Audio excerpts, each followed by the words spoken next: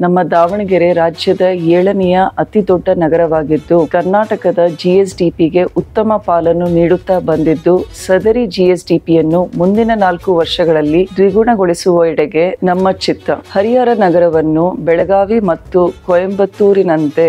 ಕೈಗಾರಿಕಾ ಕೇಂದ್ರವನ್ನಾಗಿಸಲು ಉತ್ತೇಜಿಸುವುದು, ಸ್ಟಾರ್ಟ್ಅಪ್ಗಳಿಗೆ ಉತ್ತೇಜನ ನೀಡಲು ಇನ್ಕ್ಯುಬೇಷನ್ ಕೇಂದ್ರಗಳನ್ನು ಹಾಗೂ ಸೆಲ್ಗಳ ಸ್ಥಾಪನೆ, ಹತ್ತಿ ಗಿರಣಿಗಳ ಸ್ಥಿತಿಗಳ ಸುಧಾರಣೆ ಮತ್ತೆ ದಾವಣಗೆರೆಯನ್ನು ಕರ್ನಾಟಕದ ಮ್ಯಾಂಚೆಸ್ಟರ್ ನಗರವನ್ನಾಗಿ ನಿರ್ಮಿಸುವುದು, ಚಿತ್ರಮಂದಿರಗಳನ್ನು ಅವುಗಳ ಹಿಂದಿನ ವೈಭವಕ್ಕೆ ಪುನರುಜ್ಜೀವನಗೊಳಿಸುವುದು, ಮಾಹಿತಿ ತಂತ್ರಜ್ಞಾನ ಮತ್ತು ಜೈವಿಕ ತಂತ್ರಜ್ಞಾನದ ಕಂಪನಿಗಳ ಸ್ಥಾಪನೆ, ದಾವಣಗೆರೆ ಬೆಣ್ಣೆ ದೋಸೆಗೆ ಪ್ರಚಾರ ಕೊಡುವುದರ ಮುಖೇನ ಉತ್ತೇಜನ ನೀಡುವುದು, ಹರಿಹರ ದಾವಣಗೆರೆ ನಗರ ಅಭಿವೃದ್ಧಿ ಪ್ರಾಧಿಕಾರದ ಶಾಖೆಯನ್ನು ಹರಿಹರದಲ್ಲಿ ತೆರೆಯುವ ಮುಖೇನ ಸಮಾನ ಅಭಿವೃದ್ಧಿಗೆ ಒತ್ತು, ಉದ್ಯೋಗ ಸೃಷ್ಟಿಗಾಗಿ ಹರಪನಹಳ್ಳಿ ಹಾಗೂ ಜಗಳೂರು ಭಾಗದಲ್ಲಿ ಹೆಚ್ಚು ಸಿದ್ಧ ಉಡುಪು ಘಟಕಗಳು ಹಾಗೂ